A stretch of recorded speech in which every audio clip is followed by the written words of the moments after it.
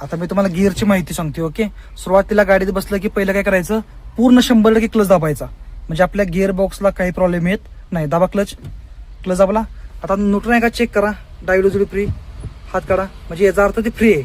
Okay, आता पहिला gear कसं टाकायचा, डावीकडे मारा, हा गिअर पडला आपला पहिला गिअर. ओके, पहिला गिअर कुठं आहे, सरळ पुढं आहे.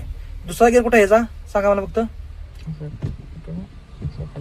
डावीकडे. ओके, दुसरा गिअर पडला, परत न्यूट्रल करा, हात काढा, हात काढा, धक्कला, तिसरा गिअर पुढं, इझी, हा आपला गिअर पडला तिसरा. ओके, आता चौथा गिअर टाकताना परत न्यूट्रल करा मध्ये, बस. आता वडा पाठीमागा चौथा गिअर, हा चौथा गिअर पडला, किती सोपं आहे बघा.